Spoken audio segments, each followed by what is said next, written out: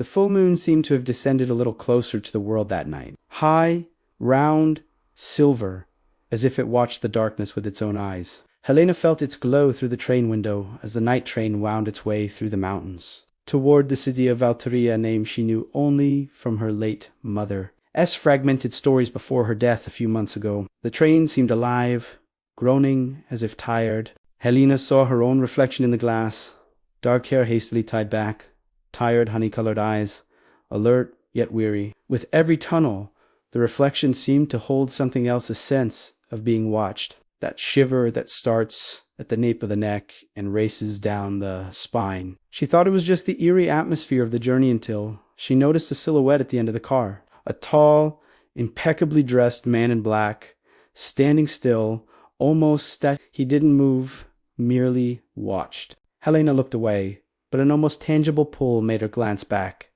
The figure was gone. Hallucination. Normal, she muttered, taking a deep breath. But the train suddenly slowed, forcing her forward. The lights flickered. When they returned, he was there standing beside her in the narrow aisle. The dim light revealed a face impossible to forget. Skin pale, almost aglow, eyes a deep crimson, like wine spilled on velvet, and hair black and straight as liquid shadow. The curve of his lips held a polished, dangerous amusement. "You're late," he said, as if he knew her. Helena recoiled. Who are you? Someone who has waited a long time to meet you. He inclined his head closer. And someone who doesn't intend to lose you now. Before she could react, the lights went out again. Helena felt the seat vibrate and the violent screech of the brakes. When the emergency lights flickered on, he had vanished, as if he had never been there. Yet when she glimpsed her neck in the window reflection, she saw something impossible. Two thin, pink marks, like a kiss made with teeth. The train doors opened on their own at the deserted Valtoria station. Cold wind licked her face, carrying a scent of burnt roses. A whisper looked close to her ear. "Welcome to your destiny, Helena." And the night claimed her. The air in Valtoria felt heavier than usual. Perhaps it was the eternal mist shrouding the city like a jealous veil, or the silence of the narrow streets paved with stones that carried centuries of untold stories. Helena stepped down from the train, clutching her small suitcase, yet feeling as if she had left something behind, perhaps the safety of a world now distant. The station was empty, save for a faint light flickering from a distant post. Shadows stretched and shrank like living creatures. Helena wrapped herself tighter in her coat, every step echoing on the worn stones. "Elena Volmont," a male voice called. She spun around, nearly losing her balance. A man stood a few steps away, holding a dark umbrella. His hair was black, chin-length, and his red eyes were cold as night. He wore a perfectly tailored suit, straight out of a Renaissance painting. "Why, yes," she stammered. "I'm Adrian." He bowed slightly. "I was sent to escort you to the residence where you will stay. My mother—" "Minchandis," Helena murmured, recalling vaguely a letter read hastily at the hospital. "She asked me to receive you when you arrived," Adrian said with solemnity, "and to protect you." The words sounded strange, out of place, but before she could ask more, she sensed soft, almost inaudible footsteps. Kayla appeared again, this time in a side corridor, emerging from the darkness-like part of it. "I knew you would come," he whispered, crimson eyes fixed on hers. "Nitch enjoys teasing you, Helena, but I enjoy it more." Helena took a step back, yet her heart beat not with fear, but with a strange, confusing desire. "Don't touch me," she whispered, voice trembling. Cale smiled knowingly, leaning close, his lips brushing her ear. "I don't need to touch you to make you feel it," he murmured. Adrian appeared urgent and protective. "Come." You need to get away from him. But Helena knew Cale would always return. Always. Helena instinctively stepped back. The tall, feline-like figure moved silently, eyes glowing red in the darkness. The curve of his lips was both dangerous and seductively charming. Helena swallowed hard.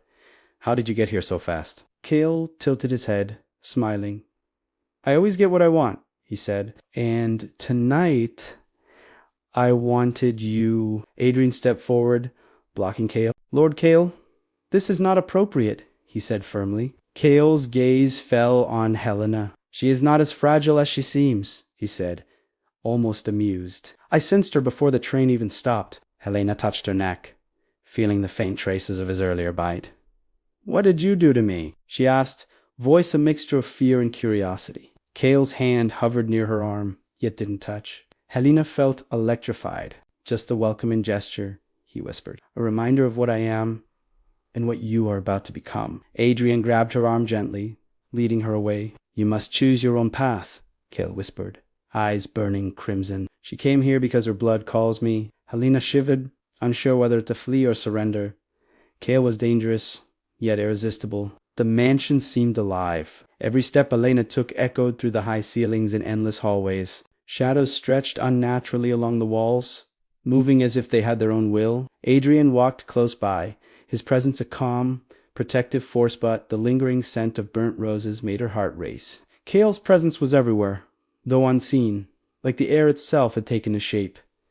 "This place, it feels alive," Helena murmured, running a hand along a tapestry depicting a hunt under the full moon. The figures on the fabric seemed almost real in the dim candlelight. "It is old, centuries old," Adrian said, his tone serious. "Many secrets are hidden within these walls. Most are best left undiscovered." Before she could reply, she felt it, a shiver running down her spine as soft, deliberate footsteps echoed from the corridor. Cale appeared emerging from darkness as if he had always been part of it. His crimson eyes glinted in the flickering candlelight, unnervingly beautiful. "Do you think you can walk these halls without me noticing?" His voice was silk over steel. Helena took a cautious step back. The wall behind her offered no escape. "Stay away from me," she whispered, trembling despite herself. Cale's smile widened, a dangerous promise hidden in its curve. He stepped closer, close enough for her to feel the heat radiating from him.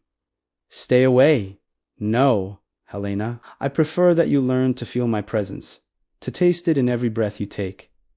Adrian stepped forward, his posture rigid. "Cale, leave her alone." "He demanded." Cale's eyes shifted to Adrian, sharp and evaluated, but he did not retreat. "She is mine, in a way you cannot understand," Cale said, his voice low, commanding. "Her blood called me long before she stepped into this house." Helena's pulse quickened, a mix of fear and anticipation. Something about his words thrilled her in ways she did not understand. "I am not yours," she said, trying to sound resolute. Cale's laughter was soft, musical, yet chilling.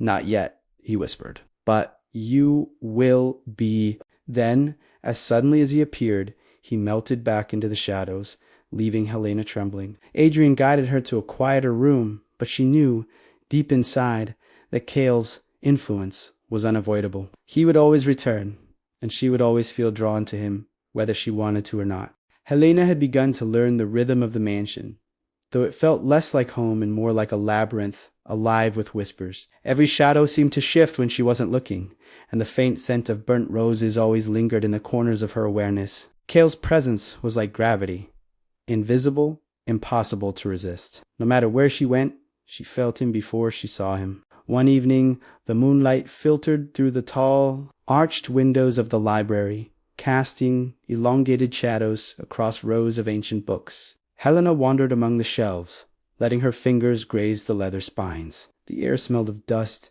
ink, and a faint metallic temp she couldn't place. The silence was almost comforting until she heard it, the softest step behind her. She froze. Slowly, she turned, and there he was. Cale, standing between two shelves, his crimson eyes gleaming in the candlelight. His black hair fell across his forehead, framing his pale, flawless face. The sight of him made her chest tighten, a strange combination of fear and longing surging through her. "You shouldn't be here alone," he murmured, his voice like silk sliding over steel. "Why won't you leave me alone?" Helena asked, trying to keep her voice steady, though she could feel her knees weaken. Cale took a step closer, deliberately slow, and tilted her chin upward with a pale hand that felt impossibly cold. His eyes bore into hers, crimson and deep, drawing her into them like a tide she could not resist. "Because you don't want me to," he whispered. His lips were so close she could feel his breath, warm and intoxicating against her skin. Helena tried to pull back, but her body betrayed her. Her heart raced, every nerve on fire. Before she could fully comprehend it, he kissed her. It was not a gentle kiss. It was consuming, urgent, a mixture of hunger and tenderness that made her head spin. His lips pressed against hers with a perfect balance of dominance and care. She tasted Medley's blood, faint but undeniable, and a strange warmth spread through her veins. The kiss was terrifying, thrilling, overwhelming. Her hands rose instinctively to his shoulders, clinging. Yet she trembled with uncertainty. Cale deepened the kiss, sliding one hand around her waist, holding her against him as if he would never let go. Every touch burned. Every brush of his lips made her breath hitch. When he finally pulled away, just slightly, his forehead rested against hers, and he whispered, "Now, our destinies are intertwined. Your blood calls to me, and mine calls to you. You will feel me always, Helena, whether you wish it or not." She gasped, her heart still racing, mind spinning between fear and longing. Before she could speak, a sharp voice echoed through the library. "Helena!"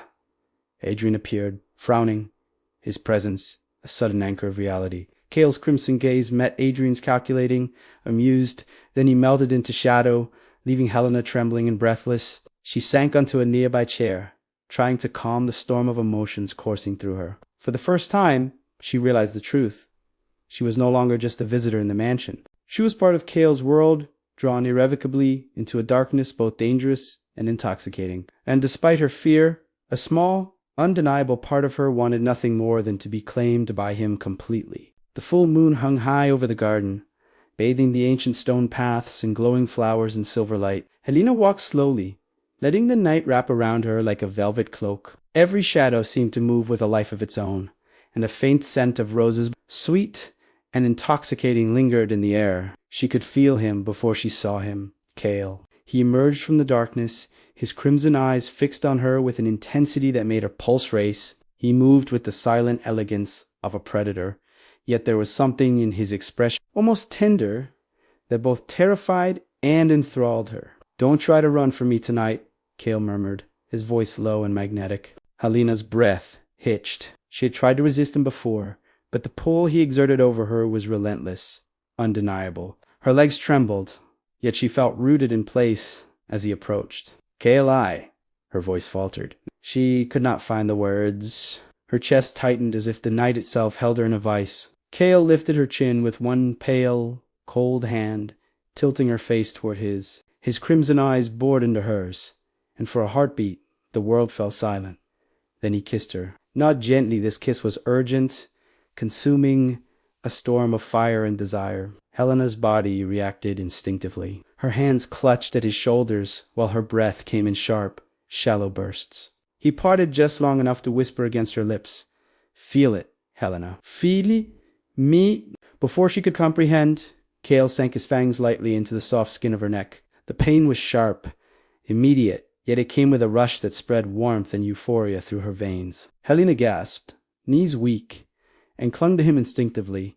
It was terrifying, intoxicating, and exquisite all at once. Her pulse raced, a heady mix of fear and desire. She realized she was no longer a bystander in this darkness. She was part of it now. Every nerve in her body hummed with life she had never known, heightened senses, and a strange connection to the predator before her. Cale pulled back slightly, his eyes drinking her reaction, a satisfied, almost tender smile gracing his pale face. "Do you feel it?" he asked, voice soft but commanding. "This is only the beginning. Your blood is mine, and mine is yours. We are bound now, whether you understand it or not." Helena trembled, a shiver of both fear and longing running through her. Her heartbeat was erratic, her skin tingling from the intimacy of the bite and the kiss. A sudden sound interrupted the moment. Adrian appeared at the edge of the garden, frowning, his presence a grounding reminder of the world outside this seductive darkness. Cale stepped back gracefully, his fangs disappearing, and melted into the shadows once more, leaving Helena alone but profoundly changed. She sank onto a stone bench, hands trembling on her lap. Her thoughts were a whirlwind, desire, fear, exhilaration, and an unspoken certainty. She knew now that Cale's bite had marked more than her neck, it had marked her soul. The moonlight fell over her face, casting her in silver and shadow, and she understood a chilling, undeniable truth. Her life would never be the same. Cale had claimed her, and a part of her wanted it that way. The days after that night were unlike anything Helena had ever known. The mansion no longer felt like a place to merely survive. It pulsed with life, shadows, and whispers of secrets she could not yet comprehend. Every hallway, every corridor, every flickering candle seemed to carry Kale's presence. She felt him before she saw him, a magnetic pull that tugged at her heart, her mind, her very soul. Helena began to notice changes within herself. Her senses sharpened. Every sound, every movement, every subtle shift in the air reached her with alarming clarity. The faintest brush of Kale's presence made her blood stir, her pulse race. She realized with both fear and awe that she was no longer just a visitor in this world. She was part of it, part of him. Kale appeared with increasing frequency, often in moments she least expected. In the library, under the moonlit balcony, or even in the quiet shadows of the grand hall. Every appearance carried the same intensity,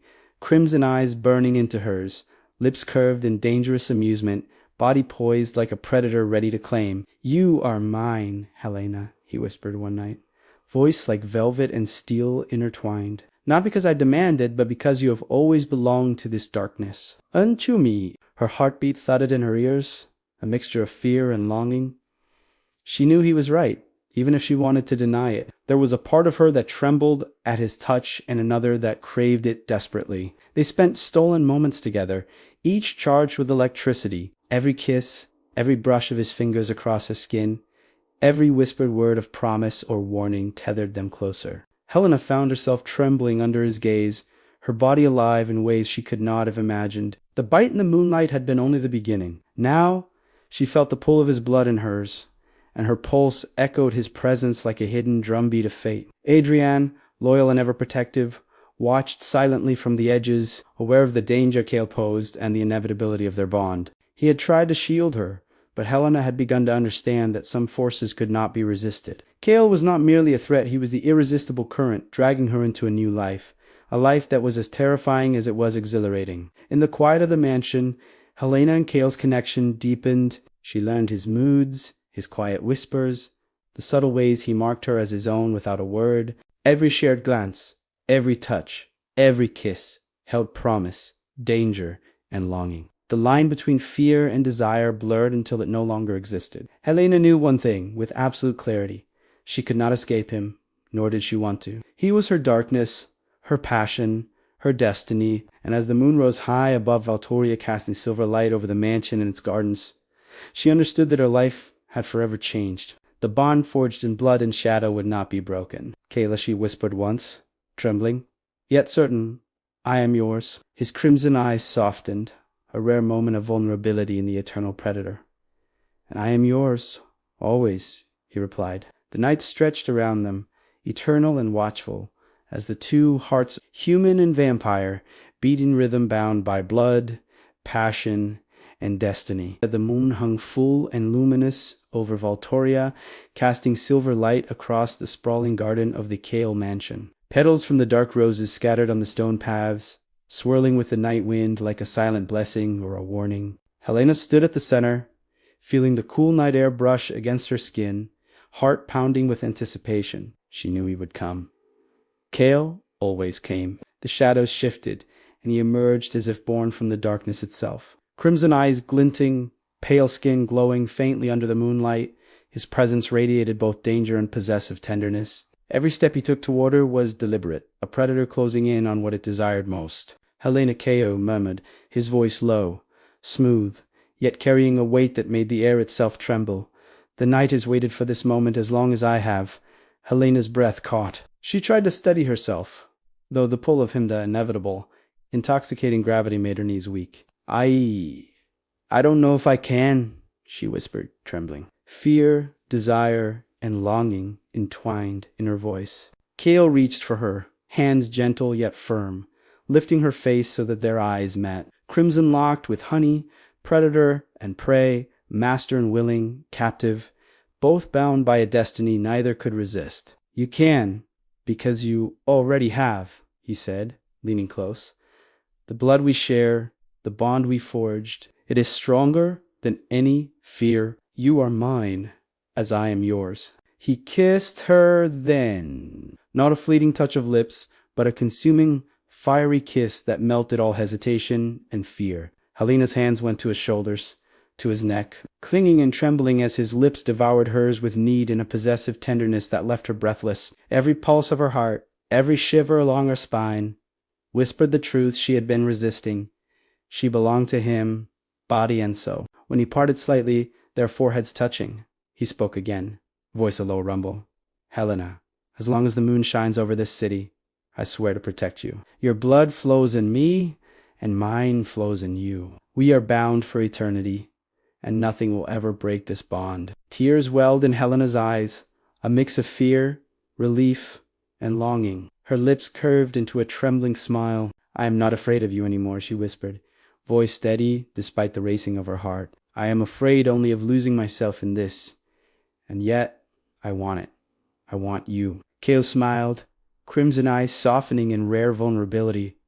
"Then come, be mine, in the night, under the moon, and for all eternity." Helena felt the world around her dissolve. The garden, the mansion, the shadows all melted into a silver glow, leaving only him and her, heartbeat to heartbeat, breath to breath. She stepped closer, entwining her fingers with his, letting herself sink into the warmth, the danger, the exquisite eternity of him. Under the moonlit sky of Altoria, they sealed their fate with a kiss, one that was not just a kiss, but a pact of blood, desire, and eternal night. The petals swirled around them, carried by the wind like silent witnesses. The mansion exhaled, a quiet, satisfied breath, guarding the secrets of two hearts intertwined, human and vampire, bound by blood, passion, and destiny. The night stretched endlessly, eternal, protective, and watchful. Helena and Cale stood together, their souls forever marked by the first bite, the first kiss, and the moon's oath. And in that moment, nothing else existed but them forever under the silver glow of the eternal moon.